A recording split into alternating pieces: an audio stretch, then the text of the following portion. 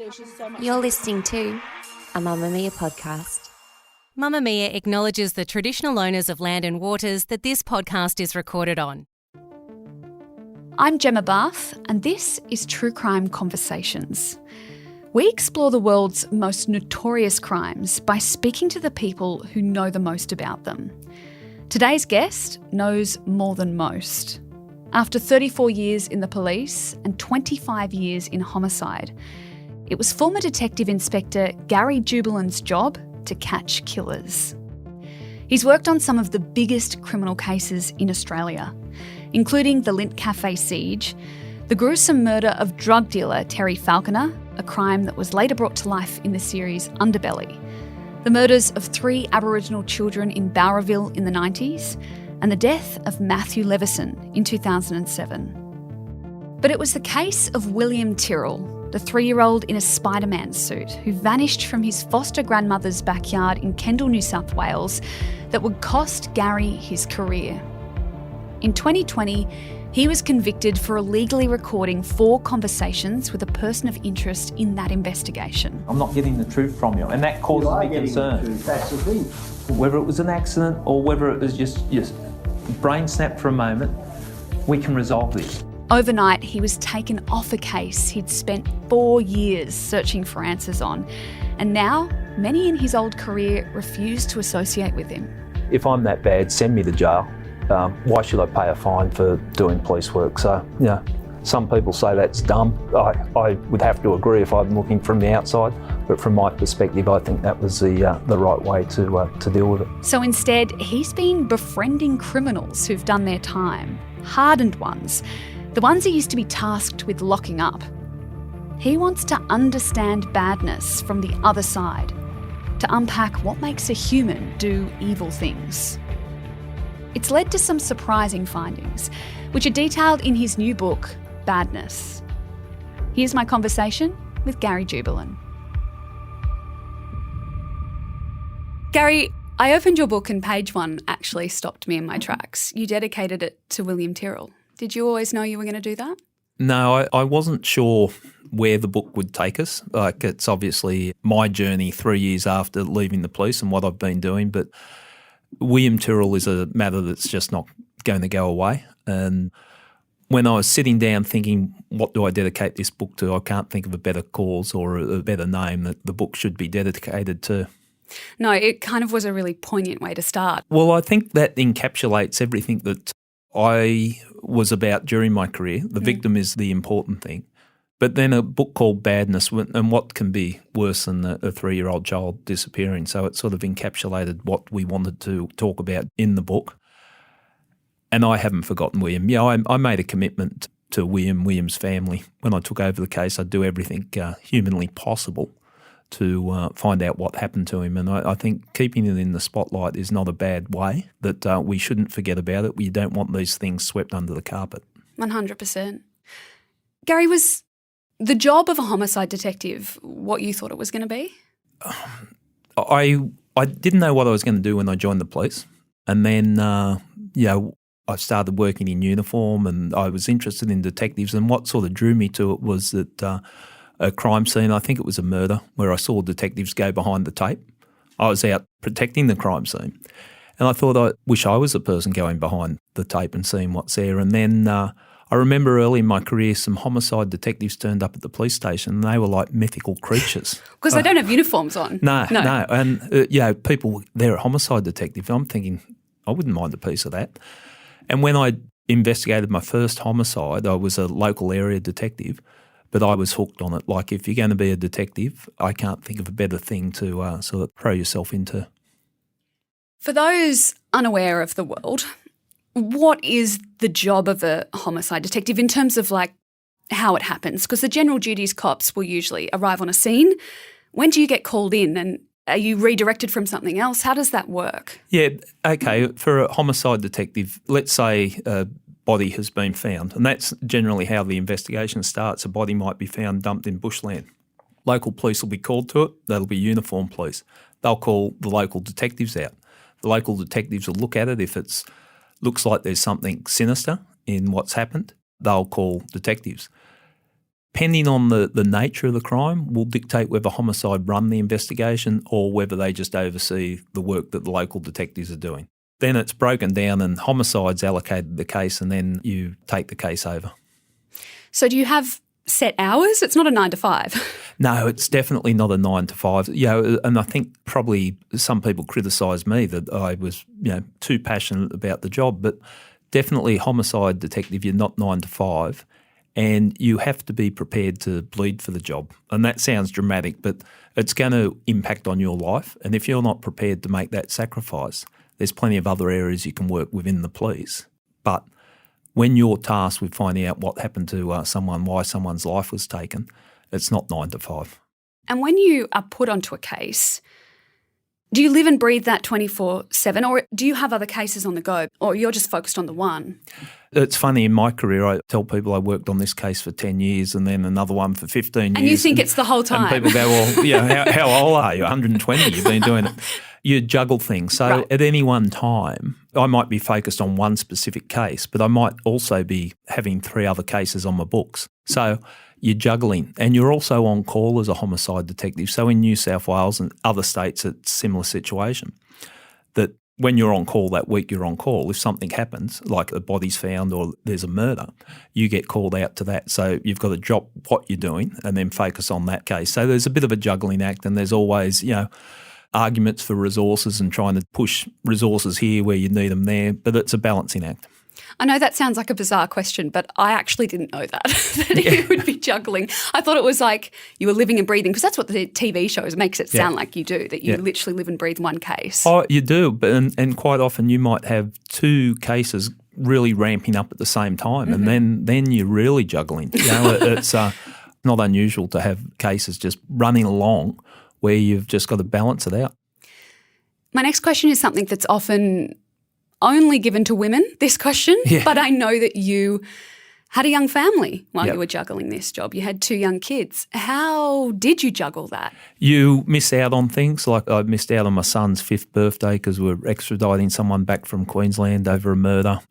My kids, who are now adults, I thought I shielded them from my world that I operated in, and they can recite different phone calls I've had at 2:00 in the morning when I thought I was being discreet, and they're going, that time you were on the phone and they found that head, what happened there, and stuff like that. You try to shield your kids from it. So it impacted, but I tried to balance it as much as possible. And when I left the police, my kids said something very nice. I have a boy and a girl and they're adults now, but they said that they knew they lost a bit of their father to this job, but they also knew that people needed me more than they needed me at that time. And I'm thinking that's pretty cool and wise coming from your own kids. So, especially because they would have been so young, so it would have, when it all started, so it would have been hard for them to compartmentalise that. But obviously, like, as they've gotten older, they've come to terms with, and not just your kids, your partner, family, friends and all that. And I make a joke of it, but I'm only half joking. Since I've left the police, I've had a list of people I had to go around and apologise to because the only reason I was allowed or able to throw myself in 100% is that they let me. They gave me time to do that, and then they would still be there for me when I came back to put the pieces back together again. So, you needed that support network. Because a lot of the crimes that you've been involved in, like William Tyrrell and like Bowraville, they're not here where you live. Yeah. So you have to relocate for a time, don't you? Yeah, and that's, when you're on call or you've got a job, and it depends where the job is, and you might be living in a small country town for the next 3 or 4 months, you just don't know. And like with William Tyrrell up the North Coast, Bowraville, I was up the North Coast. Another one, Terry Falconer, was up the North Coast. I was fortunate in that I had family up there, and my parents used to think, I'm a great son, because I'd always call in and visit, but that's because they lived up in that area. But if I was doing a murder somewhere else, they wouldn't have seen me. But anyway, things balance out. But you do make sacrifices, but it is also so rewarding, the work that you do, and you don't see it as a sacrifice. You've put your hand up. You're not a conscript. Like, you don't get marched in and say, you've got to work homicide. That's what I wanted to do. So it was a price that I was prepared to pay. And like we said, it's all about those victims. Once you meet those families, those parents, those brothers and sisters. That's driven me throughout the whole of my career, and it's sort of defined me. It's made it very clear who I'm working for, and I'm working for the families of these victims. And That may have alienated me in my own organisation, but I would always do what's right. When you do attend, and I've spoken to a lot of retired homicide detectives and homicide detectives that I respect, and I think it's general and it might be in different words, but I always said to a family I will do everything humanly possible when I took over the investigation. I wouldn't promise that I could solve it, because that's if you promise something that you can't deliver, that can come back to cause them more pain. But giving the family comfort that you are going at it 100% and giving your all makes so much difference to them. Since I've left the police, families have reached out to me and their frustrations where they think police aren't going as hard as they should. That adds to the trauma. Bowraville was a classic example of it. When I first became involved in that investigation, I think it was 7 years after the 3 kids were murdered, they said that no one cared, and that, I can tell you, added greatly to their trauma. You explain in your book that people get hurt in murder investigations, and that's because it's your job to go hard, to push hard. Yep. Can you explain what you mean by that? Yeah. When you investigate a homicide, you've got to ask the hard questions. You've got to do the hard things. And I'm talking generally here. When you're looking at a homicide, you look at the people close to the victim. We do victimology, see who they associate with, and invariably you might find someone that's involved in the murder. So when you're dealing with, let's say, and I'll just pluck this out of the air, if you're dealing with a lady that's been killed, you might interview the husband.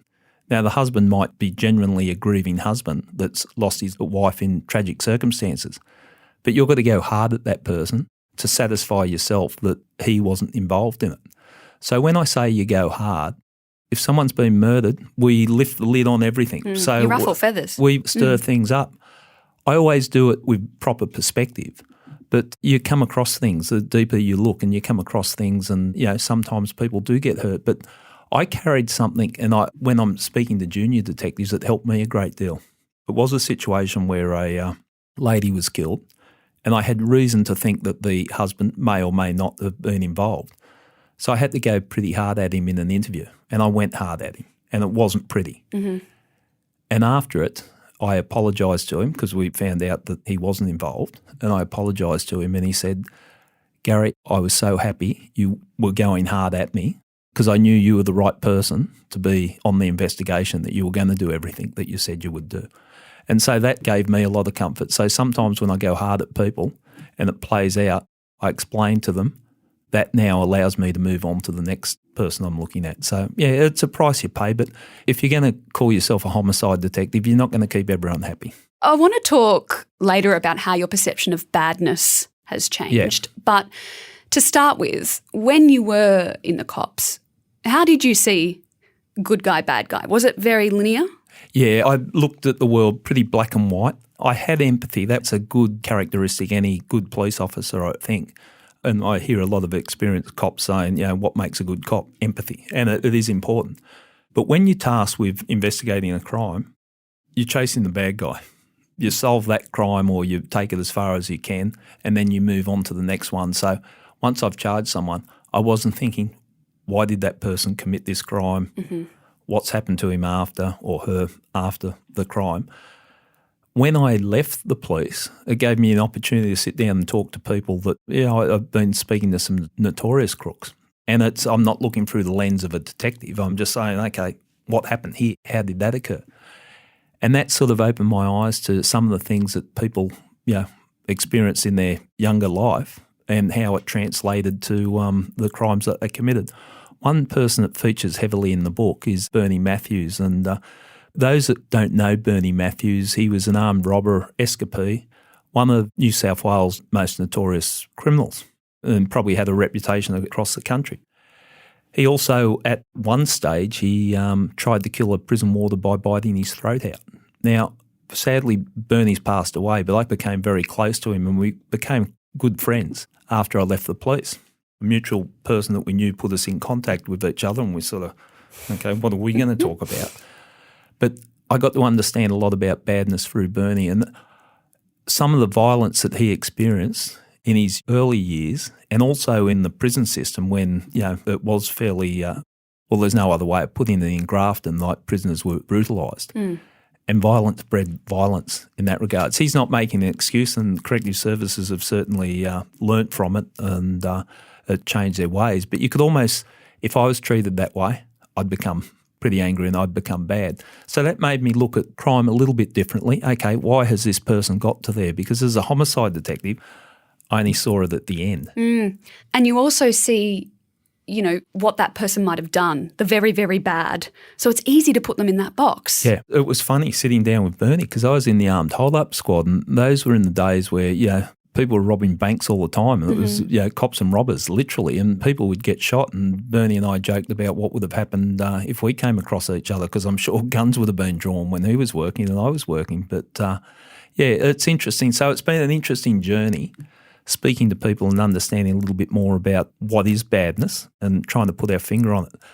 With the book Badness, I think it was important at the start of the book that we talked about Michelle Pogmore, because I think the focus, when you're looking at badness, you need to know the impact it has. And Michelle was a 13-year-old girl who was murdered, and her body was just dumped at Mount Druitt. I responded to that job. That was one of the jobs I got called out for as an on-call response. I didn't run it, but the initial part of it. And that murder is still unsolved to this day, and it's almost 20 years later. Kathy Nolan, her mother, would stay in contact with me throughout her career, and which is not unusual in a situation. I mean, I was the person that informed Kathy that Michelle had been murdered.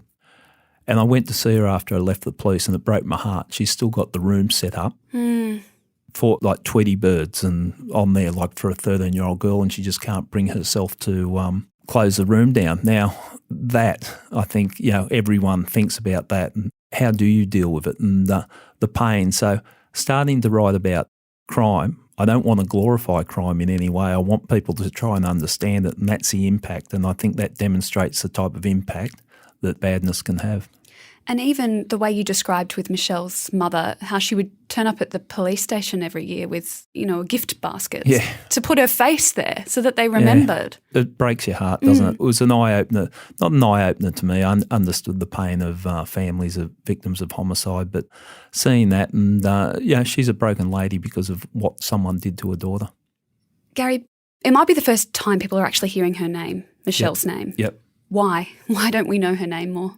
There's another thing that has frustrated me during my career.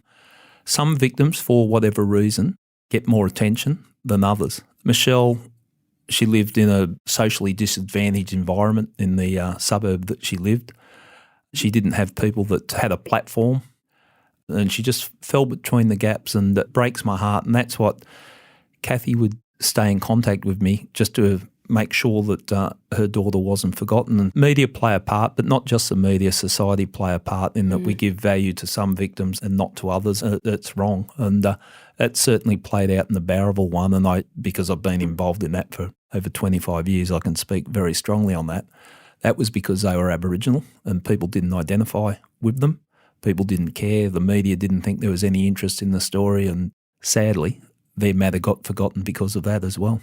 I know you worked on Bowraville, or started working on Bowraville quite early on in your homicide detective career. Did working on that, seeing the racism they'd experienced, did it teach you something moving forward in the rest of the cases that you worked on? Yeah, it opened my eyes up to so many things. It opened my eyes up to my unconscious bias as well. Like, I turned up there, I was a white cop going on to the mission on the North Coast, and I didn't think I was racist, but I made assumptions. It taught me so much that we just got to be careful, and I talk about it quite a lot, that unconscious bias. And sadly, when these children disappeared, people assumed they just wandered off. In fact, the family were mortified when they were told, you know, oh, they've probably gone on walkabout. You know, a 4-year-old girl, Evelyn was 4 years old. It taught me the importance of sticking up and fighting for the victims. Now, I don't think the Bowraville journey that I had probably helped me stand in my own organisation, because I kept arguing that we should continue on with the investigation. And I was present with the families and community marching on Parliament 4 times, and apparently that doesn't endear you to an organisation. Yep. But when I look back, it was the right thing to do, and I have absolutely no regrets. And when I got into trouble by the police, the families came down and supported me. They were on the steps of court, and people criticised me for getting too close to victims' families. lazy people do that because it's not, lazy people criticise because it's not easy managing families, but it's the right thing to do. And just getting them to trust you. Just giving some humanity. Mm-hmm. And people go, oh, no, it gets too close to the victims. Bullshit. And there's also a investigative reason to get close to the victims' families because you can keep an eye on the situation and you get more information. They trust you and you can keep an eye. You keep your suspects close. You might be looking at the family.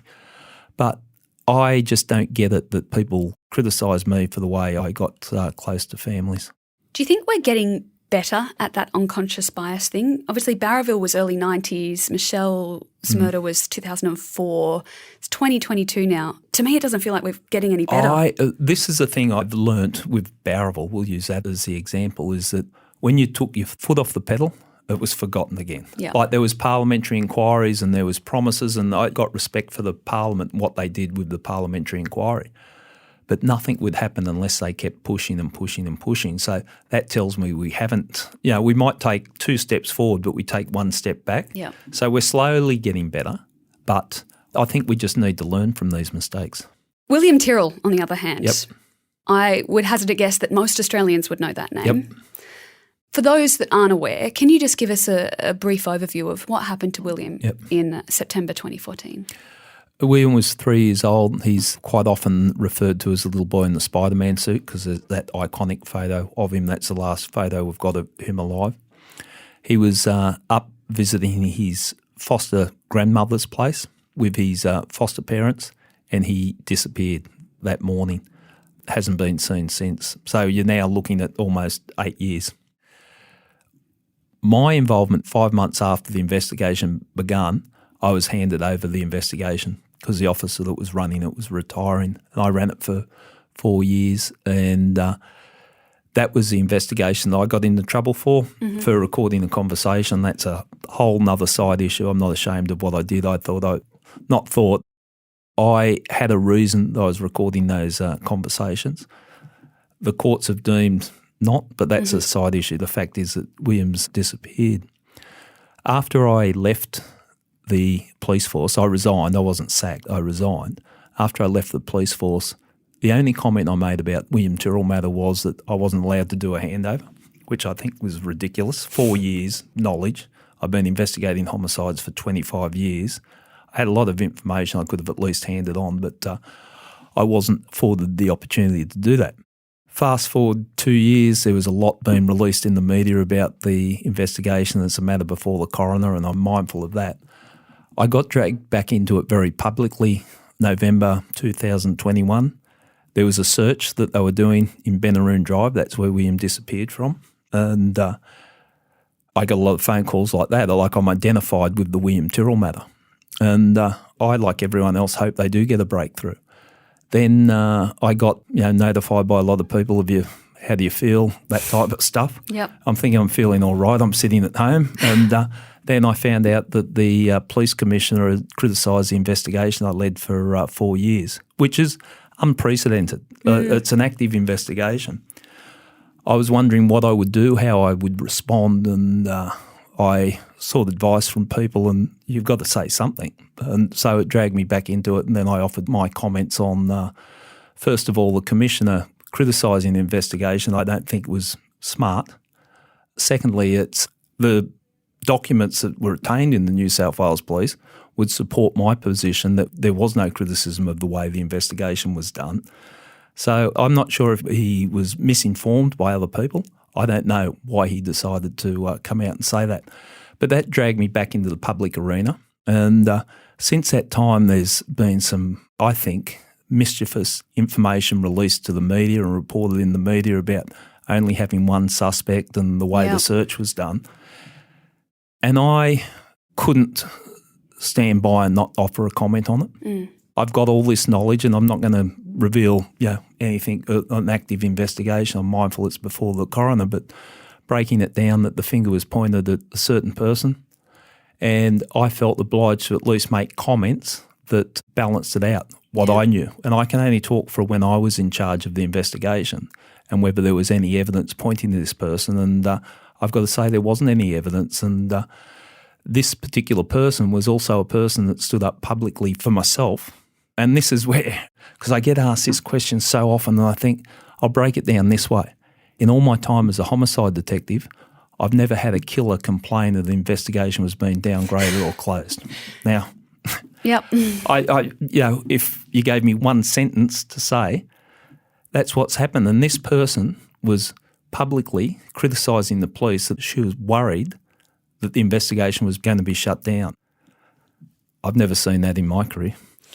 The person you're talking about, there's a lot of AVOs, non-publication orders out. We're not allowed to really talk much about their involvement.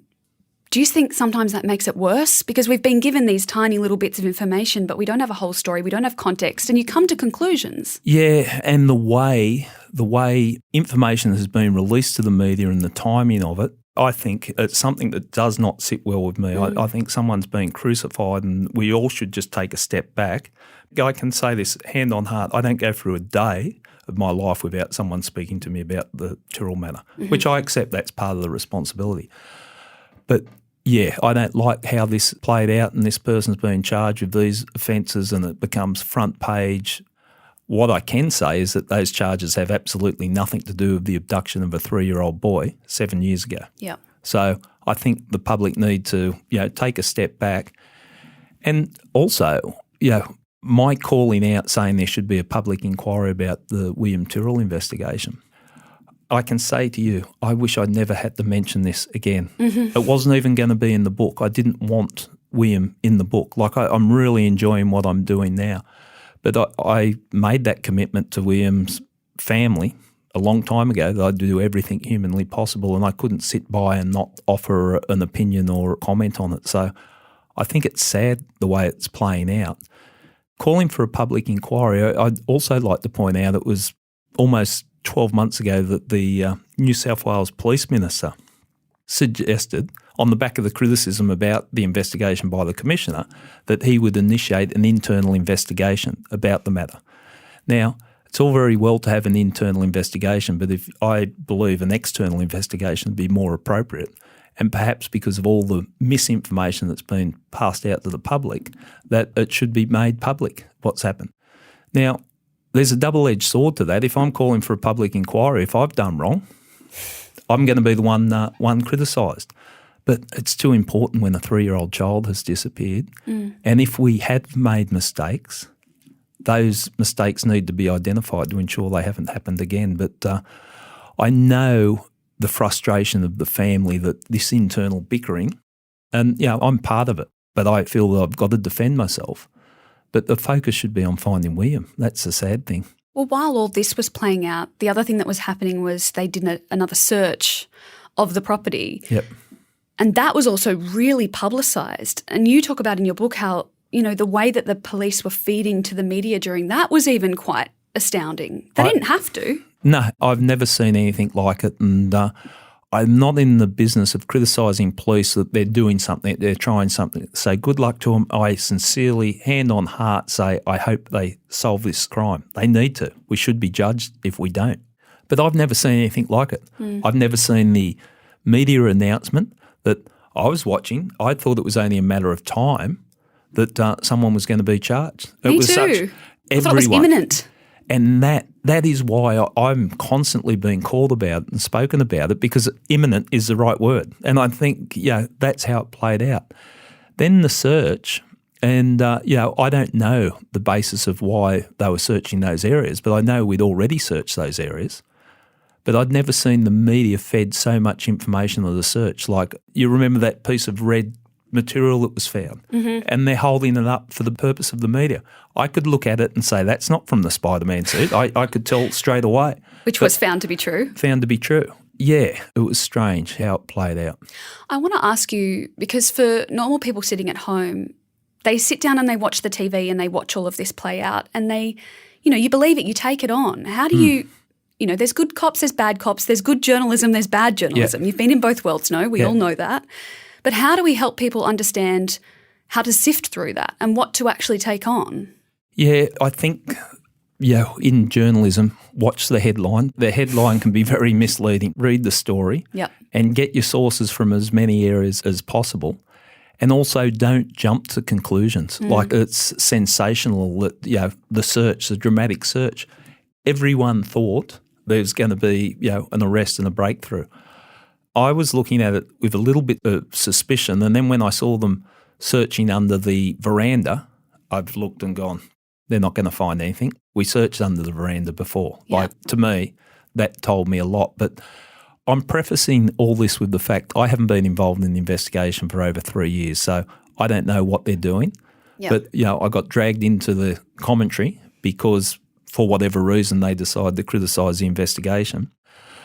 But the way it's played out, it's almost like someone's been served up to the public as this is the person responsible. How do you undo that damage? Yeah. And interestingly, after the search went for about 3 weeks, I didn't see any police do a stand-up and answer questions, but you told us you were going to find something. There was just a media release that was handed out. So, yeah. And the damage done to that person that we were mentioning before, Yeah. who is now just left to kind of deal with that. Yeah, and we've got to be careful. And I was criticised for going hard. You even asked the question, Yep. damage with investigations. There is a damage to be done, but it's got to be balanced to, And also, you'd already gone hard. Yeah. You talk about it in the book. You'd gone hard on these particular people. Well, that was another reason that I had to come and speak out, Yeah. because they're going, look, we've got a new suspect. Well, hold it. This suspect was eliminated when it was handed over to me. Then we also looked at it again during the time and eliminated. And, I still remember doing a media stand-up with the Commissioner of Police, not the one that criticised, but the prior one, and the State Premier, answering questions that we're all in agreement that these people are no longer suspects in the matter. So, And they get pulled back in. yeah. We were talking about it briefly before, but you were charged in the end for some involvement that you Yeah. had in that case. It was 4 conversations that you recorded. And you were charged and then you were convicted by a judge. And in the book you talk about how angry that made you feel. Yeah. You left the court and you just were like furious. Oh, yeah. Did it help you to understand the, I'm going to use quote marks, Yep. other side a little bit more, what it's like to be in a defendant's shoes? Oh, most definitely. And that's, and life is about learning. I realised what it's like to be at the end with the full power of the state coming after you. That's how I felt. And I, out of all people, probably set up the best to cope with that. I knew the system. I'd been around long enough, and the allegations against me weren't horrific. Like, I recorded a conversation on my telephone. Big deal. Everyone knew that I'd done it. And there was listening devices in the place and all that, but I'm not going on to that. But the pressure I felt, I won't say, I'm not going to show weakness. It never broke me. But between you and me, it did almost break me. I just felt so just under attack everywhere I went. And it gave me appreciation of the power of the court. And it's also, I hate saying this because I think the court system we've got is comparative, like around the world. We've got it pretty good. There's checks and balances in place that need be. But, I've lost my faith in courts to a degree. After that. In that I was putting things across in my defence that just didn't seem to come across. And I sort of scratched my head and thought, what was all that about? But, I was angry after that and potentially broken, and I didn't want to, and it sounds, I'm talking like this, I'm whipping myself up. It sounds like I'm still angry. I have let it go. I had to let it go. And people that I respect their opinions said you can either let that destroy you or you can move on. That's what I've done. I'm really enjoying my career in the media and the stuff that I'm doing. I think it's all positive and that. And I said to you earlier on in this talk that I'd rather not ever have to mention William again, but I keep getting dragged back into it, and that's the price I pay for the job I did. Well, I guess the way you just said that, that's how, certain people that are convicted of crimes feel. They're constantly pulled back into something. It's constantly a mark on their name. It made me think, and there was, I was walking to court at Central with my son, and I said, I feel like I'm walking into a lynch mob. Like it felt that way. It felt so oppressive walking in there. And we were saying, imagine if you were charged with something serious. Like going down for a long time. If you were walking in there for a serious offence or an allegation that you're ashamed of or whatever, like I said right from the start, this is why I recorded the conversation. I'm not ashamed of that. But it made me realise how oppressive the courts can be and fighting the system. So since leaving the police, I've sat down with so many people that have been on the wrong side of the law. Yep. And that's changed my view on quite a few things, as we discussed earlier, on the impact that upbringing has.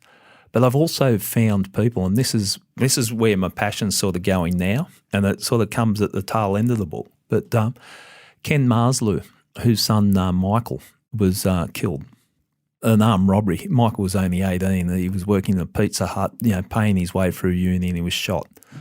Just a horrific crime. And Ken, I've become very close friends with Ken, and he had to channel that anger somewhere. And I made the mistake of saying once that he's got over the death of his son. He said, I'll never get over the death of my son. And he pulled me in the line on it. He said, I'm still angry about it, but I decided to channel that anger somewhere positive. He's been doing such good work in prisons for a long time, going in, speaking to prisoners, restorative justice, about different ways of dealing with things. And Ken really impressed me, and he gave me the confidence to speak in public too. And I'll attribute this to Ken, because I was saying, look, I feel like I'm always putting myself up. I just want to crawl in a hole and live a quiet life. Yep. And he said, you've got the experience, you've got the life experience, you've got to be able to pass that on and tell people what you're learning. And that's given me the confidence, like writing a second book, doing stuff like that. And I also met Shane Phillips, an Indigenous leader around Redfern, with his Clean Slate program, and I went along to some of their boxing classes, and where young kids are coming in and pointing them in the right way. And there's a lot of other people that I've met, a few of them I've touched on in the book, the type of work they're doing. It was like a revelation to me. Hey, you can fight crime a different way. Yeah. And that different way doesn't need a gun and a set of handcuffs. We can prevent crime, or when crimes happen, steering people in the right direction so they don't come back, like recidivism and that type of thing, preventing that. And all of a sudden I've found a passion that, because I don't like crime. I'm still a cop. I don't like crime, but you can fight it a different way. And a lot of it's prevention rather than cure. And that's getting the kids, Bernie, I put to Bernie, had a conversation. I'd go see him in prison because he got sick. And we had some really deep conversations, like he knew he was going to die, and there was always a rush about Bernie. He wanted to get so much across. And I think he wanted me to tell his story, part of it. And he said, there's no point trying to fix me. Like, his time is too late.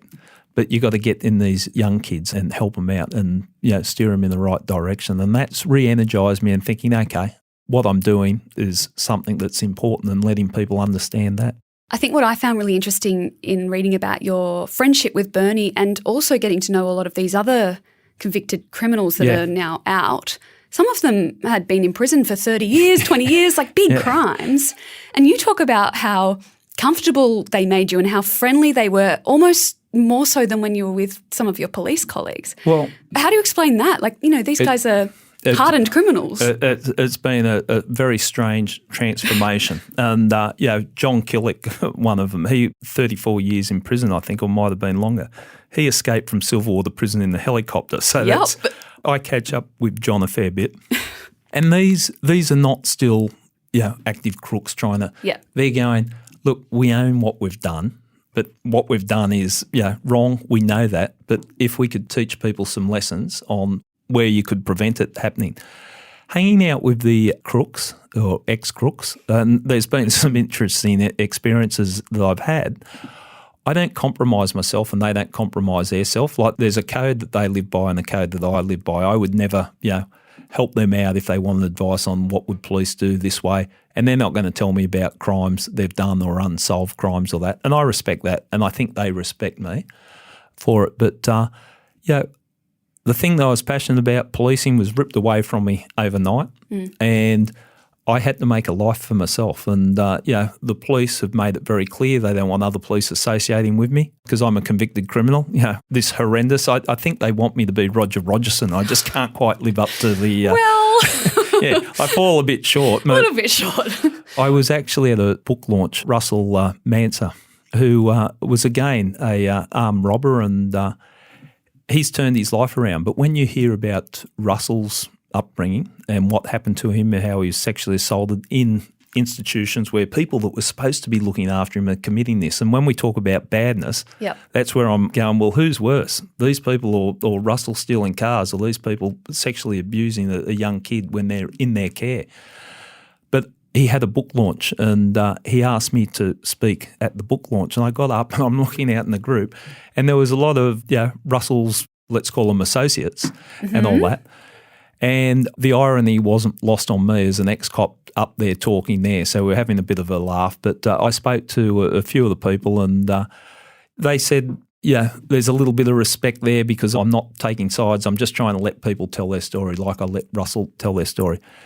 And that's where I think my role is now. Like I do understand the worlds. I understand the cop side of it. I understand the crook side of it because I've been doing it so much. And I think it's a good thing to sit down and speak to people from the opposite side, because the old me or the old them would have been, you're a cop, piss off, or you're a crook, not talking to. You wouldn't have been allowed to in your capacity as a cop. No, you wouldn't. You wouldn't associate with them. But I'm finding it interesting, and I think, if people learn, we can actually make a difference and change the jail system that's so recidivism.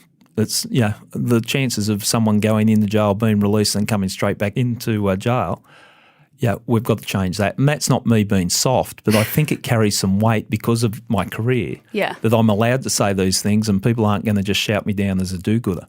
Although I did get called a social justice warrior, which You know what, that's not such a bad thing to be called. It was meant as a criticism, and I've gone, oh, that's okay. Cheers, thanks. I'll own that. You're listening to True Crime Conversations with me, Gemma Barth. I'm speaking with former detective turned podcaster and author, Gary Jubelin.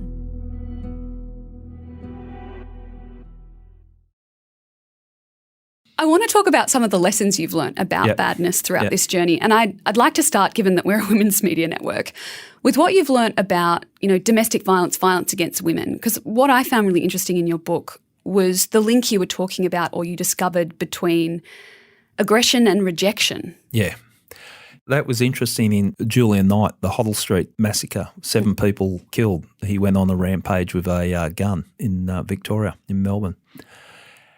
And I sat down in the book, and this is where we get an interesting perspective, because it's not one-dimensional and crime's not one-dimensional. And so where we've got what happened there is through Tim Watson-Munro, a very highly reputable criminal psychologist who had been allocated to assess Julian Knight. And you look at how that crime built up, and he was rejected from, the family wasn't that good, friendships, rejection, and then he joined the army and that didn't work out. He was rejected. And you can almost see it building up, and then bang, it's happened. He's decided to, kill all these people. Absolute horrendous crime.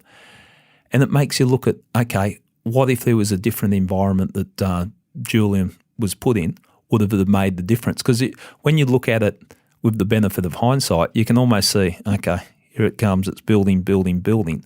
To understand that, we might be able to circumvent that type of thing happening again. So, and the other thing that's come out very clearly in the book, and the people that I've been speaking to, if you have one good person in your life, it can make a hell of a difference. One good person steering you in the right way.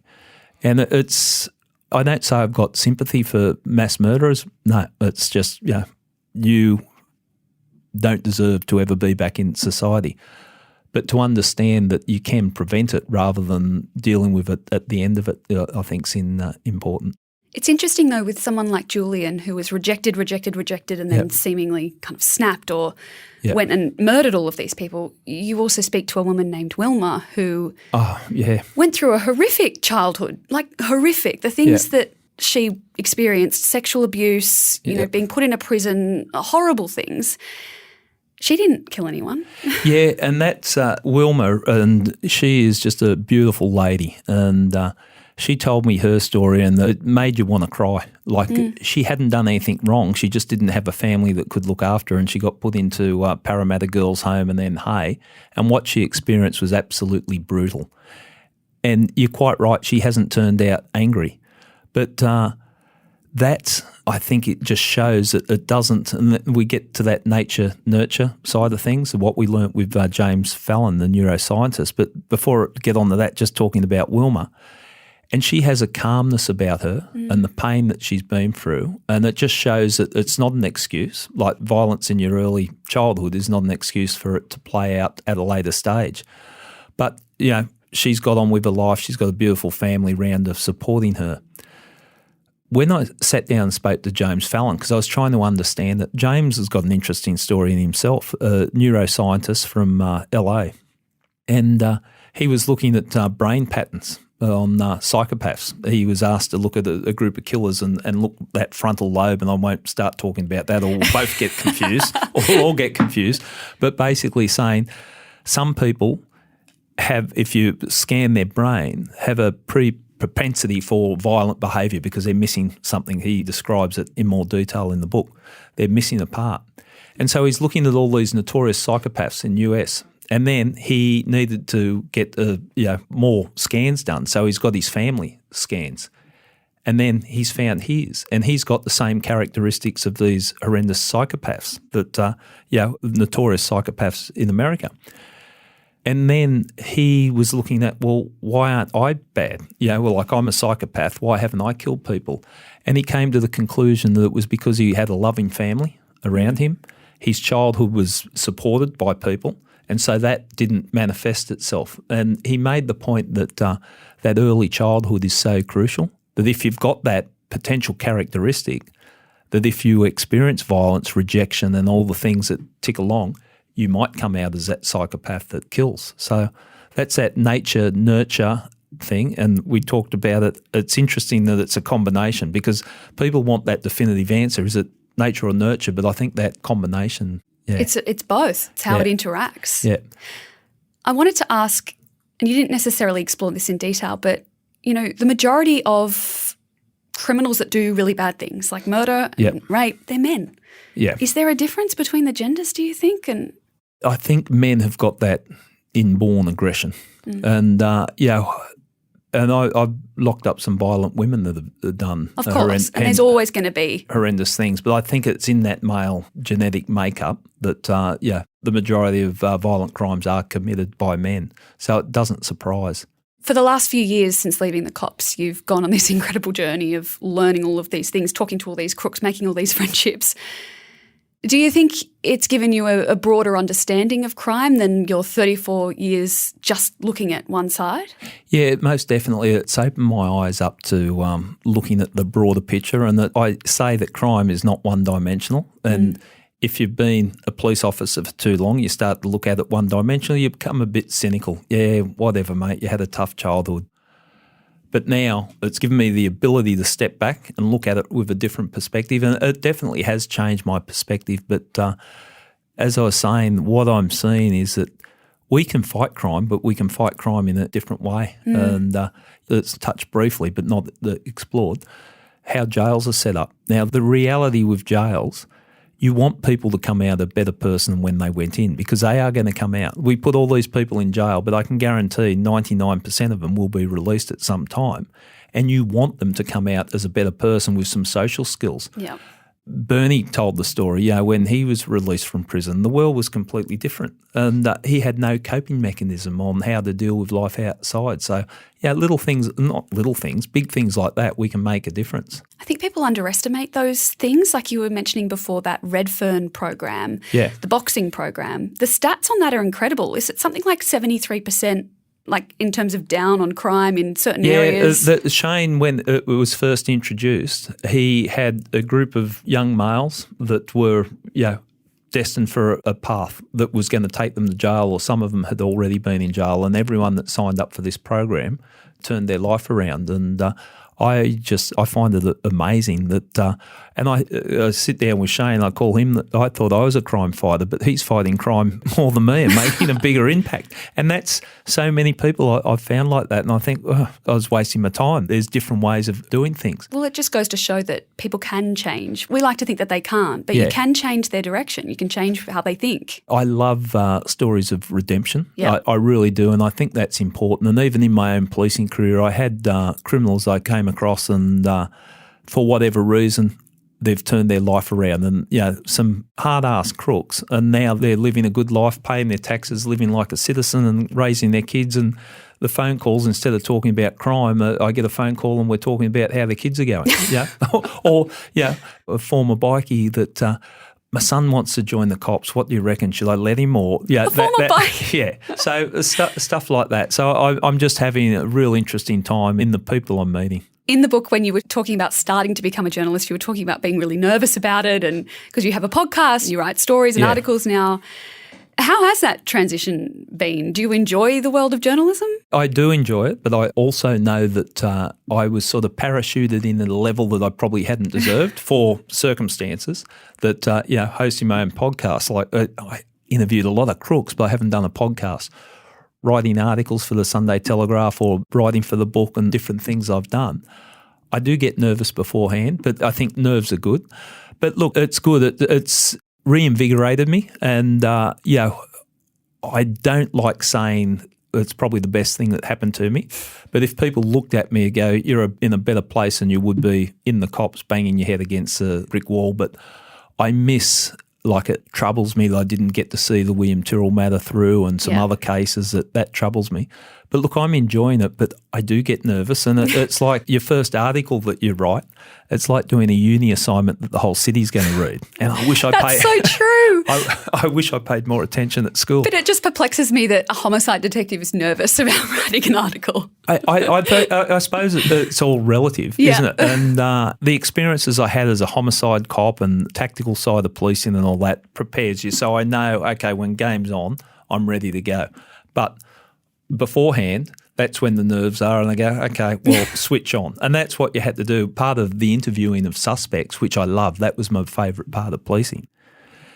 By the time I walked in that room, I could control the atmosphere in that room. I came in there with a swagger, with confidence, and ready to go. Who would have thought transferable skills? If I ever got back into the police, which will never happen, but I could write a great set of fact sheets now. I'd create an atmosphere, because with the book, and it's wrong that I've spoken about the book without talking about Dan Box, who co-authored the book with me. Dan has taught me a lot. I've got a great deal of respect for him, as he was a crime journalist, and that's where we first crossed paths. He's living over in the UK now. But we would be working on the book and we'd be talking about, I went to this house, and he'd be describing, he'd go, well, what colour were the bricks? I'm going, I don't know, Dan. It was a house. You've got to paint the picture, Gary. and that's what I've learned. And Claire Harvey gave me a lot of advice at the Sunday Telegraph about being descriptive. So if I did go back to the cops, the reports would sing. Reports or a set of fact sheets. It was a cold, rainy night. They'd be like, too flowy. Bring it back. Yeah. But it's just a different way of writing. But even like sitting down having a conversation, I'm starting to feel like the shackles are coming off. I can actually have a conversation, because all the media I did within the police, if I said one wrong thing, I was going to be crucified. Yeah. And so it's yes, no, inquiries are continuing. Yeah, it's that type of thing. And it's so much better being able to communicate properly. And, I wish the police were given that freedom, because I think that, creates a connection between the public and all that. And people misunderstand, because things get taken that I'm bashing police. I'm still so much a policeman at heart, it's not funny. And I know the people are doing good work. But we need to be accountable in the police like anywhere else. And I think long has gone the days, don't worry about it, ma'am, nothing to see here, the police have got this in control. The world's changed. Yeah. People want answers, and they're not going to just sit by and not start to speculate. Gary, I want to end here. Are you a better person for becoming a criminal? Yes, I've learnt my lesson. I think I am. It's given me, I like to think in my life I've evolved all the time. I'm definitely a better person than I was when I was an ignorant 19-year-old. So many things. So life experiences change you, and it's changed I'm probably more forgiving, more understanding, and I think I'm a better person. And, as a homicide detective, you've got to have this focus, and no matter what you do, you're going to be criticised. And people don't understand that as a homicide detective, even when you've got all the evidence, you go to court, you're going to get criticised. And you become resilient to that. But I'd like to think that it's opened my eyes to a lot of things. I've met people that I wouldn't have been able to meet if I was still in the cops. And I think there was a risk if I stayed in the cops, I would have just become angry, because I was fighting a system that I didn't 100% believe in. And I I learnt from great people in the police, and what they taught me about policing, some things had changed, and I didn't like what I was seeing the change, that we forgot what we're there for. We were public servants. But you'd have to ask. I think most people would think I'm a better person because I think, yeah. Well, you're still fighting crime. You're still doing what you love. You're just doing it from a different angle. Yeah. And with more perspective. That's right. And I think, and I take it back to the conversation I had with Ken Marslew, he said, look, you've got a platform. You can offer an opinion, and maybe this is what you were meant to do. Thanks to Gary for joining us on today's episode. His new book, Badness, is available now at all good bookstores, or you can find it through the link in our show notes. True Crime Conversations is a Mamma Mia podcast hosted by me, Gemma Barth, with audio design by Rhiannon Mooney. The executive producer is Gia Moylan.